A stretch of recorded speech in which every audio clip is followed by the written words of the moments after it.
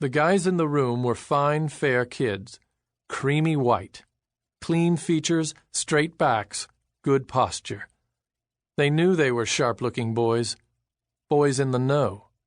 They knew how to dress, how to carry themselves, how to act appropriately. They knew all the tricks. How to get attention. Girls.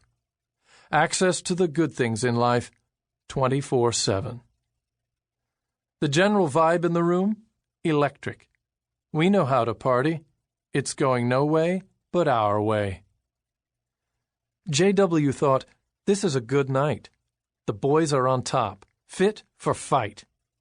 As usual, they pre-gamed at Putta's, the guy with the side part. The apartment, an attractive one-bedroom on swanky Ateliergatan, had been a gift from Putta's parents on his 20th birthday, the year before last. J.W. was familiar with the family.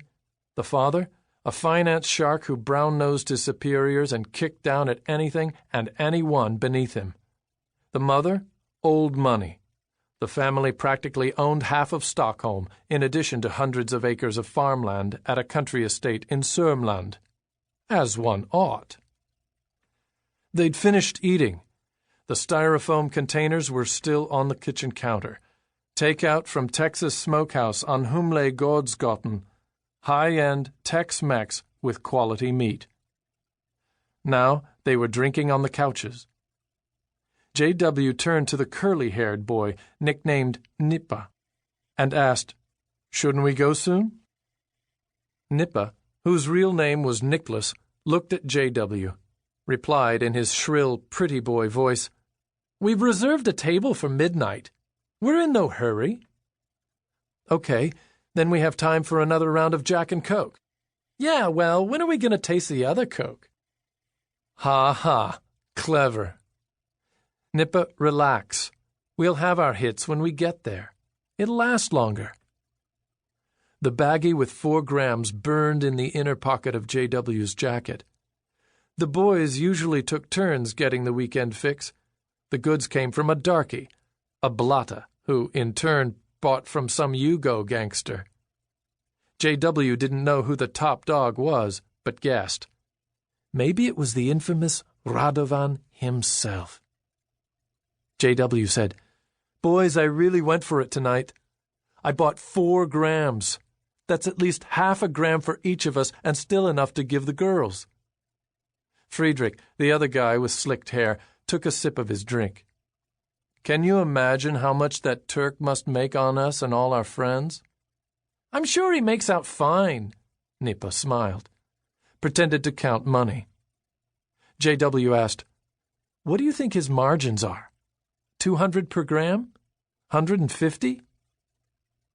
The conversation moved on to other, more familiar topics. J.W. knew them by heart. Mutual friends, chicks, Moët and Chandon. Certain things were always a given. It's not like they couldn't talk about other things. They weren't idiots. They were verbally well-bred winners. But their interests didn't expand unnecessarily. Finally, the talk landed on business ideas. Friedrich said, "You know, you don't need that much money to start a company. 100,000 kroner's enough. I think that's the lowest capital stock. If we come up with a sweet idea, we can totally do it. Try to do some business, register a cool company name, appoint a board and a CEO. But above all, buy stuff tax-free. How awesome would that be?" J.W. amateur analyzed Friedrich. The guy was completely uninterested in people, which, in a way, was a relief. He'd never even asked where J.W. came from, or anything else about his background. Mostly, he talked about himself, luxury brands, or boats. J.W. downed his Jack and Coke, poured himself a strong G&T. "Sounds super sweet. Who'll get the 100,000 kroner?" Nippa interjected. "That's easy enough, right? I like the idea." J.W. was quiet. He thought about where he could get 100,000 from, and already knew the answer. Nowhere. But he didn't say anything. Played along. Grinned. Nippa changed the music. Putta put his feet up on the coffee table and lit a Marlboro light. Friedrich, who just bought a new Patek Philippe, played with the wristband and recited aloud to himself, "You never actually own a Patek Philippe. You merely look after it for the next generation."